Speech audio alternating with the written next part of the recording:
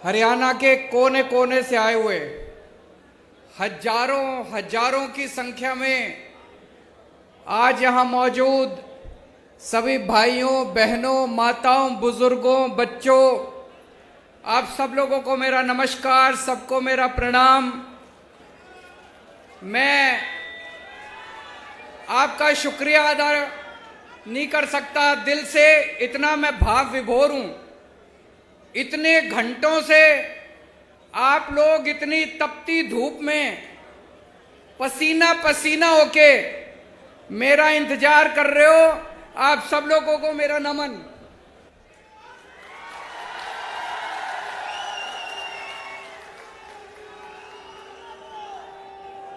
और इतनी भारी संख्या में लोग आए हैं, जितने हजारों हजार लोग यहां मौजूद हैं, इससे दुगने तुगने बाहर सड़कों पे अभी आ रहे हैं। मैं अभी आ रहा था, कई लोग आ रहे हैं रास्ते में, कई लोग बाहर मौजूद हैं।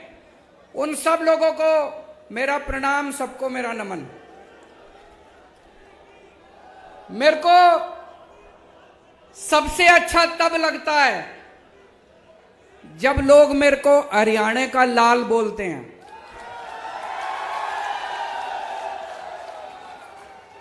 हरियाणा मेरी जन्मभूमि है और जन्मभूमि मां के समान होती है। मां का कर्जा आदमी 7 जन्म में भी नहीं चुका सकता। जन्मभूमि का कर्जा आदमी 7 जन्म में भी नहीं चुका सकता। आज मुझे बेहद खुशी है, अपनी जन्मभूमि में, कुरुक्षेत्र की धर्म भूमि में आज यहां पे आपके बीच में आके। सबसे पहले अभी बता रहे थे कि कल तूफान आया था, यह शुभ संकेत है। कह रहे हैं बता रहे हैं तूफान पंजाब से आया था, बता रहे हैं तूफान दिल्ली से आया था। तो हरियाणा में तूफान आने वाला है और बड़ा तूफान आने वाला है। और जब ऊपर वाला अपनी झाड़ू चलाता है तो तूफान ही आता है। ऊपर वाले ने झाड़ू चलानी शुरू कर दी तो तूफान से घबराने की बात नहीं है। बड़ा शुभ लक्षण है कि कल तूफान आया था। सबसे पहले मैं हरियाणा के सारे किसानों को बधाई देना चाहता हूं, शुक्रिया अदा करना चाहता हूं। हरियाणा के और पंजाब के किसानों ने मिलके जिस तरह से इतनी अहंकारी सरकार को झुका दिया, 1 साल तक आंदोलन किया, 1 साल तक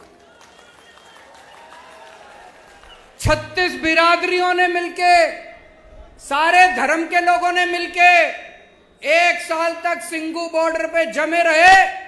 इनको लगता था इतनी बारिश आएगी, धूप थी, बारिश थी, ठंड थी, गर्मी थी, लेकिन किसान हटे नहीं।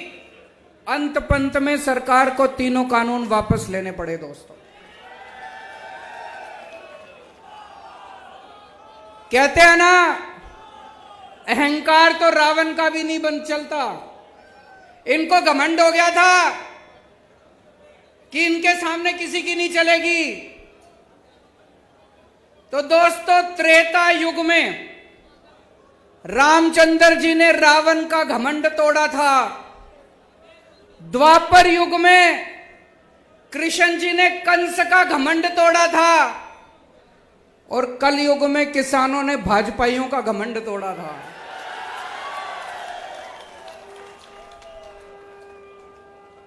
मैं सारे किसान भाइयों को बधाई देना चाहता हूं। दोस्तों, मेरे को राजनीति करनी नहीं आती, मेरे को पॉलिटिक्स करनी नहीं आती। मैं सीधा साधा छोरा हूं। मने काम करना आवे, मेरे ते कितना ही काम करा लो। दिल्ली में हमने स्कूल ठीक कर दिए, सरकारी स्कूल। सुना आप लोगों ने दिल्ली के स्कूल शानदार हो गए? किस किस ने सुना है? हाथ खड़े करके बताओ। दिल्ली में सरकारी स्कूलों में गरीबों के बच्चे पढ़ते हैं भाई साहब, गरीबों के बच्चे सरकारी स्कूलों में पढ़ते हैं। पहले दिल्ली के सरकारी स्कूलों का बहुत बुरा हाल था, जैसे हरियाणा के स्कूलों का बुरा हाल है। हरियाणा में भी सरकारी स्कूलों का बुरा हाल है, मैं देख के आया था। दिल्ली में भी सरकारी स्कूलों का बहुत बुरा हाल था। हमने पिछले कुछ सालों में, 7 सालों में दिल्ली के सरकारी स्कूल इतने शानदार कर दिए। आप कहोगे केजरीवाल अपनी बड़ाई खुद ही कर रहा है। इस बार हमारे सरकारी स्कूलों के नतीजे 99.7% नतीजे आए हैं, 99.7%। इतिहास में 70 साल के भारत के इतिहास में सरकारी स्कूलों के नतीजे ऐसे नहीं आए। और भाई साहब, इस साल 4 लाख बच्चों ने प्राइवेट स्कूलों से नाम कटा के सरकारी स्कूलों में भर्ती कराए हैं। अपने बड़े बड़े, अब अमीर लोग भी अपने बच्चों को सरकारी स्कूलों में भेज रहे हैं।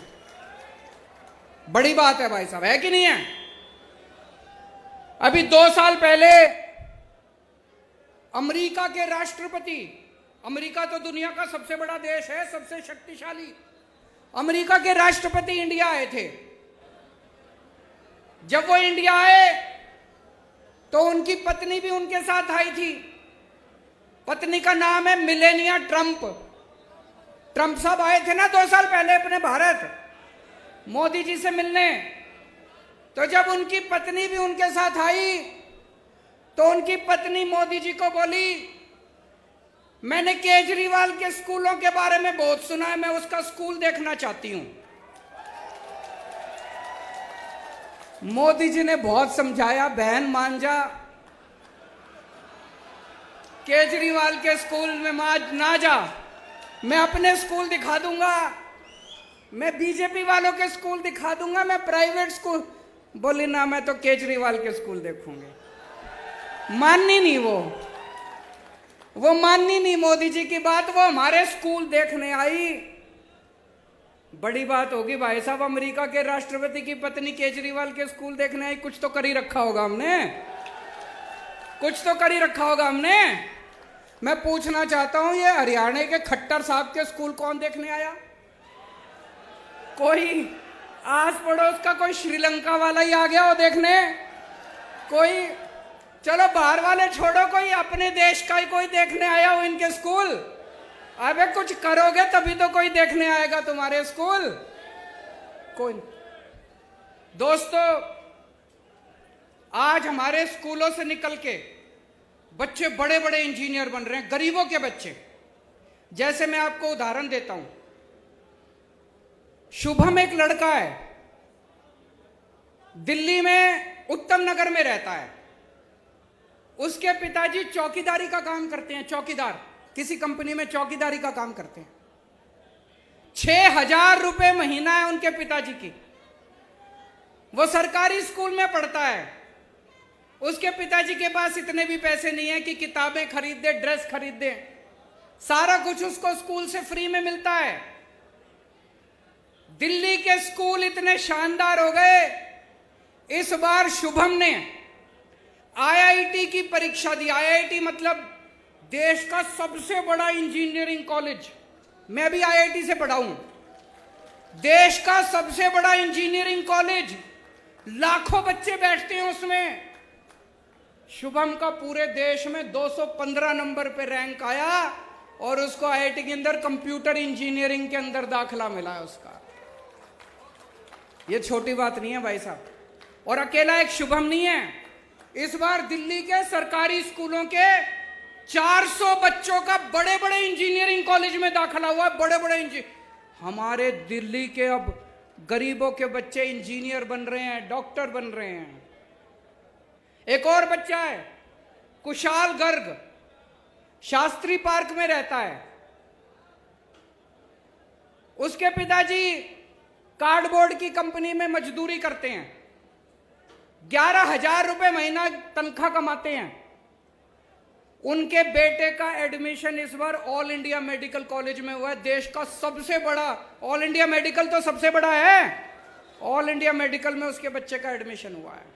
मैं इनसे बात कर रहा था, बोले जी आज से 5 साल पहले जो सरकारी स्कूलों की हालत थी, अगर वैसी हालत रहती हमारे बच्चे भी बड़े होकर मजदूरी करते।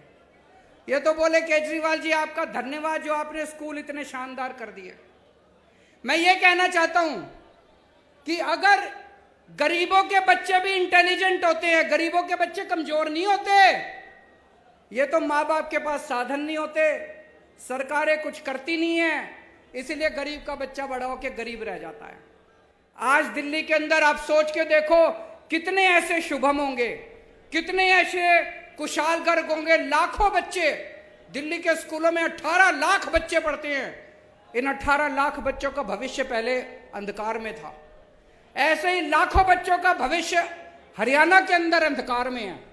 हरियाणा के अंदर भी स्कूलों का बुरा हाल है। एक मौका दे दो, हरियाणा के सारे सरकारी स्कूल बदल के दिखा दूंगा मैं। एक मौका दे दो। दिल्ली में करके आया हूं, हवा में बात नहीं कर रहा, दिल्ली में करके आया हूं। हरियाणा के भी सारे स्कूल बदल दूंगा। गरीबों के बच्चों को अच्छा भविष्य मिलना चालू होगा। गरीबों के बच्चे भी डॉक्टर बनेंगे, इंजीनियर बनेंगे, वकील बनेंगे। और ये जितने प्राइवेट स्कूल वाले हैं सारे खराब नहीं है, लेकिन कई प्राइवेट स्कूल वालों ने गुंडागर्दी मचा रखी है। मचा रखी है कि नहीं मचा रखी? जब मर्जी फीस बढ़ा देते हैं। कभी कहेंगे development charge, picnic charge, library charge, फलाना चार्ज, ढिमका चार्ज। दिल्ली में 7 साल से हमने इनको प्राइवेट वालों को फीस नहीं बढ़ाने दी, उल्टे इनका सबको ऑडिट कराया। कई लोगों को पैसे वापस कराए हैं प्राइवेट स्कूल वालों से, कभी नहीं हुआ होगा ऐसा। तो आज इतने सारे लोग हैं, मैं आपसे पूछना चाहता हूं, कौन कौन अपने बच्चों को इंजीनियर बनाना चाहता है? कौन कौन अपने बच्चों को डॉक्टर बनाना चाहता है? कौन कौन अपने बच्चों को वकील बनाना चाहता है? सारे जने हमारे साथ आ जाओ। और जो जो लोग अपने बच्चों को गुंडा बनाना चाहते हैं हाथ खड़े करो। जो जो अपने बच्चों को दंगई बनाना चाहते हैं, गुंडे बनाना चाहते हैं, बलात्कारी बनाना चाहते हैं, उनके साथ चले जाओ। उनकी पार्टी, सारे इनकी पार्टी में लुच्चे, लफंगे, दंगई, बलात्कारी सारे भरे पड़े हैं इनकी पार्टी के अंदर। सुबह से शाम तक गुंडागर्दी करते घूमते हैं। या तो ये खुद गुंडागर्दी करते हैं, नहीं तो देश में पता चल जाए कहीं गुंडागर्दी हो गई, उनका जाके सम्मान करते हैं, गुंडों का सम्मान करते हैं, दंगा करने वालों का सम्मान करते हैं। अभी थोड़े दिन पहले कुछ गुंडों ने मेरे घर पे हमला कर दिया। आपने पढ़ा होगा, अखबारों में, टीवी में देखा होगा। कुछ गुंडों ने हमला कर दिया। इन्होंने उन सारे गुंडों का अगले दिन सम्मान करा। ऐसे देश आगे बढ़ेगा। किसानों के ऊपर इनके आदमियों ने गाड़ी चढ़ा दी उत्तर प्रदेश के अंदर।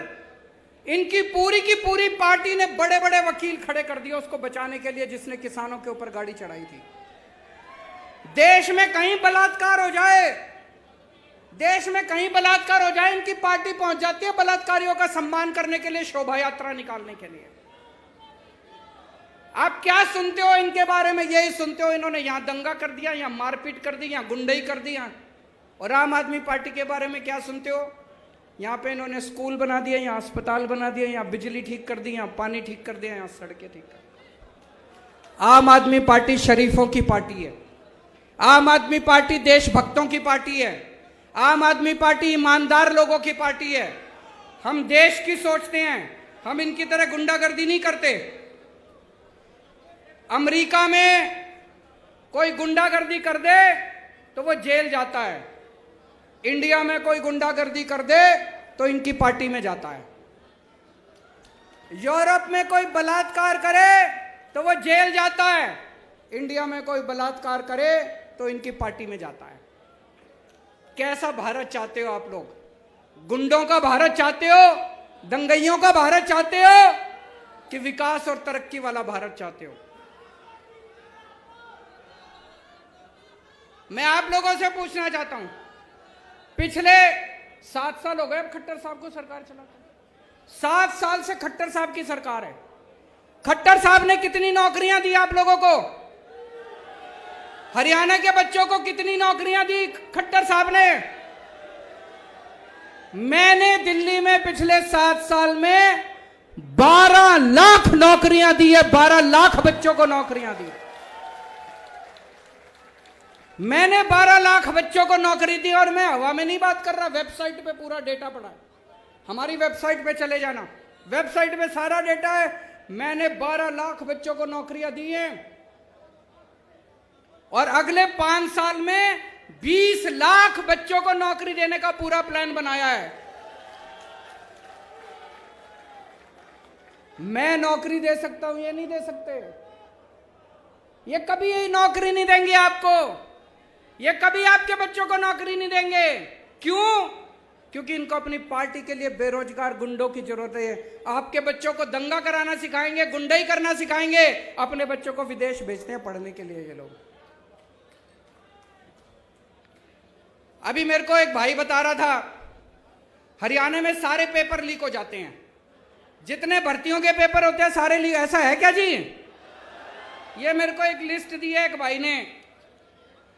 ये 2020 में HSC जूनियर ड्राफ्टमैन का पेपर लीक हो गया। 2020 में हरियाणा पुलिस भर्ती का पेपर लीक हो गया। 2021 में पेपर पुलिस भर्ती का फेर पेपर लीक हो गया।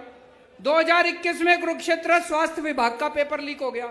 2022 में HSSC पद की भर्ती का पेपर लीक हो गया। 2022 में ग्राम सचिव और पटवारी की भर्ती का पेपर लीक हो गया। 2022 में TGT भर्ती का पेपर लीक हो गया। 2022 में डेंटल सर्जन की भर्ती का पेपर। खट्टर साहब, आपसे एक पेपर नहीं कराए जाते, सरकार क्या चलाओगे? एक पेपर नहीं करवा सकता जो आदमी, एक पेपर नहीं करा सकता, वो सरकार क्या चलाएगा? गलत तो नहीं कह रहा भाई साहब? मैं अभी गुजरात गया था, वहां भी पता चला सारे पेपर लीक हो रहे हैं, वहां भी बीजेपी की सरकार है। मैं हिमाचल प्रदेश गया था, वहां भी सारे पेपर लीक हो रहे हैं। एक Guinness book of world record है, सुना है आपने? दुनिया के सारे बड़े बड़े रिकॉर्ड उसमें होते हैं। अभी उनकी कल मीटिंग हुई है शाम को गिनीज बुक वालों की, उसमें भारतीय जनता पार्टी का नाम लिखा जा रहा है, सबसे ज्यादा पेपर लीक करवाने वाली पार्टी भारतीय जनता पार्टी। इनकी सरकारों से पेपर नहीं होते, इनसे स्कूल नहीं बनते, इनसे बिजली ठीक नहीं होती, इनसे अस्पताल नहीं बनते। क्यों बोझ उठा के घूम रहे हो? इनको उखाड़ के फेंको, अब ईमानदार पार्टी आ गई। कई बच्चे आर्मी में भर्ती होना चाहते हैं, देश की सेवा करना चाहते हैं। 2020 के बाद से आज तक आर्मी की भर्ती नहीं खुली, आर्मी की भर्ती के पेपर नहीं करवाए इन्होंने। आज इस मंच के जरिए मैं केंद्र सरकार से और प्रधानमंत्री जी से अपील करना चाहता हूं, 1 लाख से ज्यादा आर्मी के अंदर खाली स्थान हो चुके, इनकी जल्दी से भर्तियां खोली जाए। बच्चे ओवरेज हो रहे हैं। मैंने सुना अभी भिवानी के अंदर एक यंग लड़का पवन, जो आर्मी में जाना चाहता था, भर्ती होना चाहता था फौज में, उसने खुदकुशी कर ली। हमारे नौजवान खुदकुशी कर रहे हैं, तो ये आर्मी की भर्तियां क्यों नहीं खोल रहे? मैं प्रधानमंत्री जी को कल चिट्ठी भी लिखूंगा, उनसे निवेदन करूंगा कि आर्मी की भर्तियां तुरंत खोली जाएं, ताकि हमारे बच्चे फौज के अंदर भर्ती हो सकें। दिल्ली में हमने पहले सरकारी अस्पतालों का भी दिल्ली में बहुत बुरा हाल था, हमने सारे सरकारी अस्पताल शानदार कर दिए, खूब सारे मोहल्ला क्लिनिक कर दिए, और दिल्ली में 2 करोड़ लोग हैं, हमने सबका इलाज मुफ्त कर दिया, चाहे कितनी बड़ी बीमारी क्यों ना हो, चाहे लाखों रुपए क्यों ना लगते हो। मैं आपको एक उदाहरण देता हूं। एक मोनिका बहन है, लक्ष्मी नगर में रहती है, वो और उसके पति दोनों को कैंसर हो गया। एक कमरे के घर में रहते हैं, बहुत गरीब लोग हैं। उसका पति दूध बेच के सवेरे सवेरे घर घर में जाके दूध बेच के कमाया करता था, उसकी वो भी कमाई बंद हो गई। दोनों को कैंसर हो गया। भाई साहब, अगर कैंसर जैसी बीमारी हो जाए तो जमीन बेचनी पड़ जाती है, आदमी लुट जाता है, गहने बेचने पड़ जाते हैं बीवी के।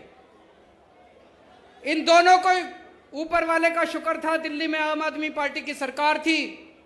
ये LNJP हॉस्पिटल में गए, शानदार हॉस्पिटल, सारा इलाज इनका मुफ्त हो गया, दोनों ठीक हो गए।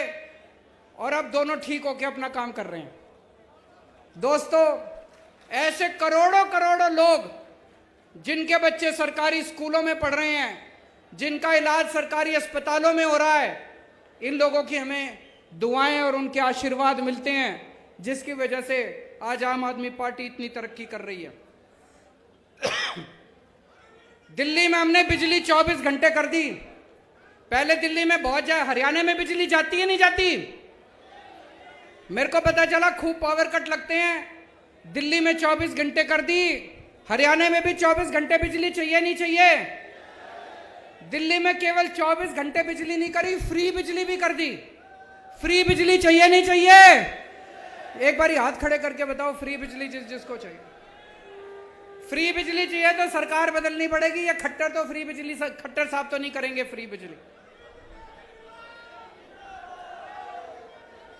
अभी हमें पता चला पंजाब में हमारा एक मंत्री अफसरों से पैसे मांग रहा था। हमारा हेल्थ मिनिस्टर पंजाब का अफसरों से पैसे मांग रहा था। मीडिया को नहीं पता था, विपक्षी दलों को भी नहीं पता था। कोई और पार्टी होती तो क्या करती? उसको कहती थोड़ा बहुत पार्टी फंड में भी जमा करा, सारा खुद मत खा, यही कहते। कोई और मुख्यमंत्री होता तो क्या करता? कहता आधा मेरे को दे, आधा खुद रख। आम आदमी पार्टी ऐसी नहीं है। हमने उस मंत्री को बर्खास्त करके उसको सीधा जेल में कर दिया हमने। दिल्ली में हमारा एक मंत्री, एक राशन वाले से मेरा मंत्री पैसे मांग रहा था। 2015 की बात है। मेरे पास ऑडियो रिकॉर्डिंग आई। किसी विपक्ष को नहीं पता था, किसी टीवी चैनल वाले को नहीं पता था। मैंने तुरंत अपने मंत्री को बर्खास्त करके उसको सीबीआई को सौंप दिया। इसीलिए कहते हैं आम आदमी पार्टी कट्टर ईमानदार पार्टी है। कट्टर ईमानदार मतलब मेरा बेटा भी अगर कल को बदमाशी करेगा तो उसको बख्शूंगा नहीं, उसको छोड़ूंगा नहीं। किसी की भी बेईमानी बर्दाश्त नहीं की जाएगी। इनकी पार्टियों में भ्रष्टाचारी नहीं बैठे क्या? इन लोगों की पार्टी में भ्रष्टाचारी नहीं बैठे? कितने भ्रष्टाचारी हैं? आज तक इन्होंने एक को भी निकाला हो भ्रष्टाचार में तो बता दो। आज तक इन्होंने एक को भी जेल भेजा हो? क्यों नहीं भेजते? पैसा ऊपर तक जाता है भाई साहब, पार्टी के अंदर भी पैसा ऊपर तक जाता है। जाता है कि नहीं जाता है? दिल्ली तक जाता है इनका पैसा। हिम्मत नहीं है इनको निकालने की। केवल आम आदमी पार्टी है जो आज देश में एक ईमानदार सरकार दे सकती है। हमने दिल्ली में भ्रष्टाचार खत्म करा, पंजाब में भ्रष्टाचार खत्म करा, अब हरियाणा में भी भ्रष्टाचार खत्म करेंगे। यहां पे भी मेरे को बताया गया प्रॉपर्टी आईडी करके है, उसमें खूब पैसे चलते हैं। चलते हैं कि नहीं चलते? नगर निगम का चुनाव आने वाला है। इस नगर निगम के चुनाव में आप अपनी ताकत दिखा दो, जैसे पंजाब के लोगों ने अपनी ताकत दिखाई थी, जैसे दिल्ली के लोगों ने ताकत दिखाई थी। इन सारी पार्टियों को उखाड़ फेंको, एक मौका दो। नगर निगम को भी साफ करेंगे झाड़ू से, सारा भ्रष्टाचार दूर करेंगे, और उसके बाद 2024 में हरियाणा को भी पूरे को साफ करेंगे, भ्रष्टाचार दूर करेंगे। मेरे को कोई पत्रकार कह रहा था कि ये बीजेपी वाले खट्टर साहब को हटा रहे हैं, कोई दूसरा सीएम ला रहे हैं, ऐसा है क्या? सुना आप लोगों ने भी? कह रहे खट्टर साहब को हटा के दूसरा सीएम ला रहे हैं। क्यों? खट्टर साहब भ्रष्टाचारी हैं क्या? खट्टर साहब काम नहीं करते क्या? मैं बीजेपी को चैलेंज करना चाहता हूं, हिम्मत है तो 2024 का चुनाव खट्टर साहब के साथ लड़के दिखाओ तुम।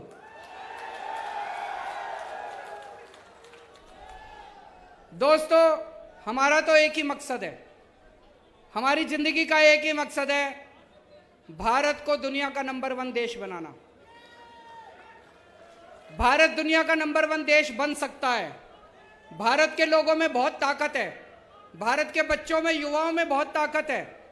मेरा मकसद है, कई मेरे से पूछते हैं पत्रकार, आप कौन सी पार्टी के साथ अलायंस करोगे? मेरे को यह अलायंस करना नहीं आता। मैं 130 करोड़ लोगों का अलायंस बनाऊंगा इस देश के। किसानों का अलायंस बनाएंगे, मजदूरों का अलायंस बनाएंगे, डॉक्टरों का अलायंस बनाएंगे, इंजीनियर का अलायंस बनाएंगे और इस देश के 130 करोड़ लोगों को मिलके भारत को दुनिया का नंबर 1 देश बनाएंगे।